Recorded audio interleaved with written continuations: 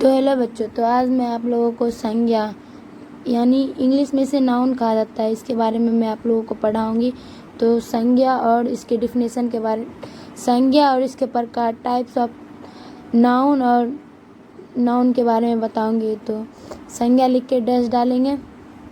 किसी वस्तु, स्थान, व्यक्ति या भाव के नाम को संज्ञा कहते हैं। तो बच्चों आप लोग समझ रहे हो ना कैसे किसे कहते हैं? किसी वस्तु, स्थान, व्यक्ति या भाव के नामों को संज्ञा कहते हैं। जैसे हो गया हिमालय, श्याम, घड़ी, चादर, पुस्तक, चावल इत्यादि। ऐसे बहुत सारे एग्जाम्पल्स आते हैं, आप देख ही रहे होंगे।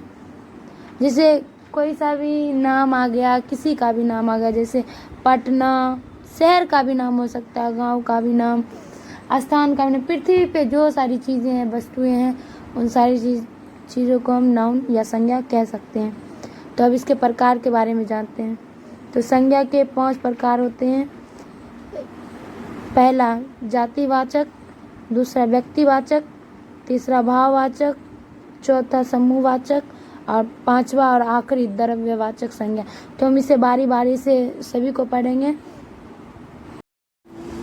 तो बच्चों आप लोगों से क्वेश्चन यहाँ से पूछा जाएगा, संज्ञा किसे कहते हैं, संज्ञा के प्रकार, ये सारी चीज़ें तो आप लिख ही सकते हैं। जैसे संज्ञा पूछ देगा, फिर संज्ञा किसे कहते हैं, तो किसी वस्तु, स्थान, व्यक्ति या भाव के नामों को संज्ञा कहते हैं।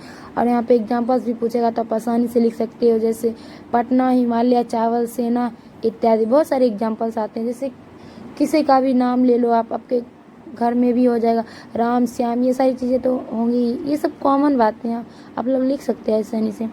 तो इसे 5 भागों में बांटा गया। ये सारी चीज़ें भी आपको याद ही होनी चाहिए। तो सबसे पहले व्यक्तिवाचक संज्ञा, जातिवाचक संज्ञा, भाववाचक संज्ञा और समूहवाचक संज्ञा, द्रव्यवाचक संज्ञा, ये सारी 5 चीज़ें होती हैं। तो सबसे पहले हम पढ़ेंगे यहाँ पे जातिवाचक संज्ञा। तो चलिए जातिवाचक संज्ञा लिख के डैश डालेंगे।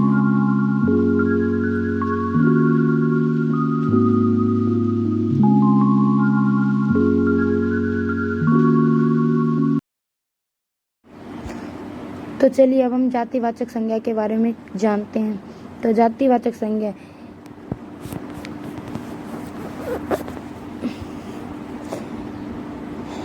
जिससे जाति का बोध होता है उसे जातिवाचक संज्ञा कहते हैं। जैसे गाय, फल, फूल, पहाड़, नदी, मनुष्य इत्यादि।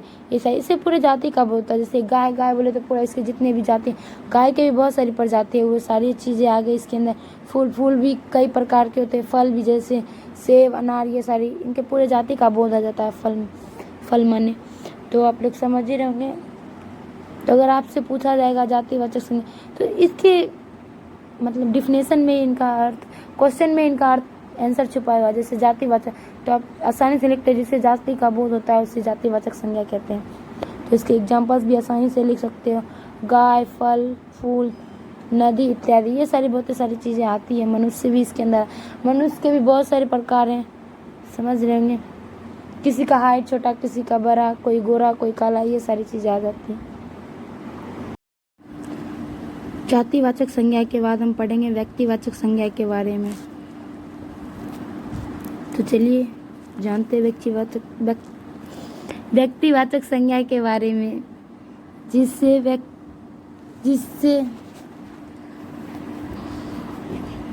किसी एक व्यक्ति या पदार्थ का बोध होता है उसे व्यक्तिवाचक संज्ञा कहते हैं। जैसे हिमालय, गंगा, पटना, रावण, विष्णु इत्यादि। ये सारी चीज़ें व्यक्तिवाचक संज्ञा के अंदर आते हैं। जैसे मैं फिर से एक बार बोल दे रही हूँ, जिससे व्यक्ति या पदार्थ का बोध होता है उसे व्यक्तिवाचक संज्ञा कहते हैं। जैसे हिमालय, गंगा, पटना, श्री राम, रावण, विष्णु इत्यादि। ये सारी चीज़ें व्यक्तिवाचक संज्ञा के अंतर्गत आती है। अगर आपसे कभी भी पूछा गया व्यक्तिवाचक संज्ञा किसे कहते हैं, तो आप आसानी से लिख सकते हो, जिसे व्यक्ति या पदार्थ का बोध होता है उसे व्यक्तिवाचक संज्ञा कहते हैं। तो बच्चों आप लोग समझ रहे होंगे, ये सारी चीज़ कॉमन है, ये सारी चीज़ें आप लिख सकते हो। तो अब इसके बारे में अब इसके बाद हम जानते हैं भाववाचक संज्ञा के बारे में, जिससे किसी व्यक्ति या वस्तु के गुण या धर्म, स्वभाव इत्यादि का बोध होता है, उसे भाववाचक संज्ञा कहते हैं। जैसे बुढ़ापा, सच्चाई, ईमानदारी, लंबाई, ये सारी चीज़ें आती है भाववाचक, जिससे हम स्पर्श कर सकते हैं, जैसे महसूस कर सकते हैं। बुढ़ापा महसूस कर सकते हैं, धर्म भी बस वही है, सच्चाई, ईमानदारी, कौन ईमानदार है, ये सारी चीज़ें हम महसूस कर सकते हैं ना। किसी को भी देख के अंदाज़ा नहीं लगा सकते हैं कि ये बुढ़ापा है या ईमानदारी है, ये ईमानदार किसी से देख के पता कर सकते हैं, बस इसे भाव से बता सकते हैं कि हाँ ये बुढ़ापा या ईमानदारी है। तो इसे ही भाववाचक संज्ञा कहते हैं।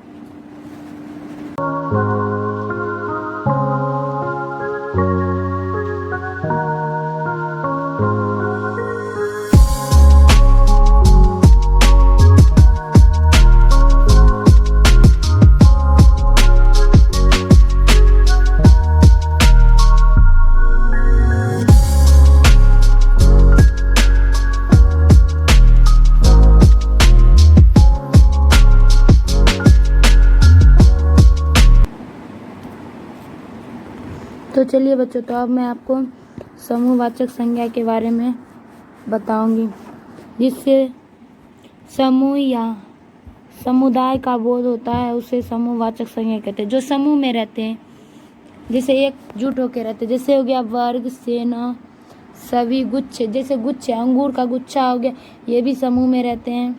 ये जैसे अंगूर का गुच्छा, सेना भी समूह में ही रहता है। जैसे हो गया फौजी लोग, तो कभी भी अकेले तो सेना लोग नहीं ना जाते हैं, समूह में ही जाते। तो जैसे सेना हो गया, अंगूर का गुच्छा, वो भी तो हमेशा, अब वर्ग में तो कोई एक स्टूडेंट होगा नहीं, सभी बहुत सारे वर्ग में ही, समूह में ही रहते हैं स्टूडेंट। तो इसे समूहवाचक संज्ञा कहते हैं। जैसे जिसे समूह अथवा समुदाय का बोध होता है, उसे समूहवाचक संज्ञा कहते हैं। जैसे हो गया सेना, वर्ग, अंगूर का गुच्छा, ये सारी चीज़ें आ जाती है इत्यादि इसके अंतर्गत। अब हम पढ़ेंगे द्रव्यवाचक संज्ञा के बारे में। तो द्रव्यवाचक संज्ञा किसे कहते हैं? जिससे किसी द्रव्य या धातु का बोध होता है, उसे द्रव्यवाचक संज्ञा कहते हैं। जैसे दूध, सोना, चांदी, घी, पानी, पीतल इत्यादि, ये सारी चीज़ें द्रव्य के अंदर आते हैं। जैसे हो गया घी, ये भी द्रव्य है, पानी द्रव्य है, पीतल द्रव्य है, ये सारी चीज़ें द्रव्य है एक तरह से आप मानो तो। मानना क्या, ये सारी चीज़ें है, पानी भी द्रव्य है।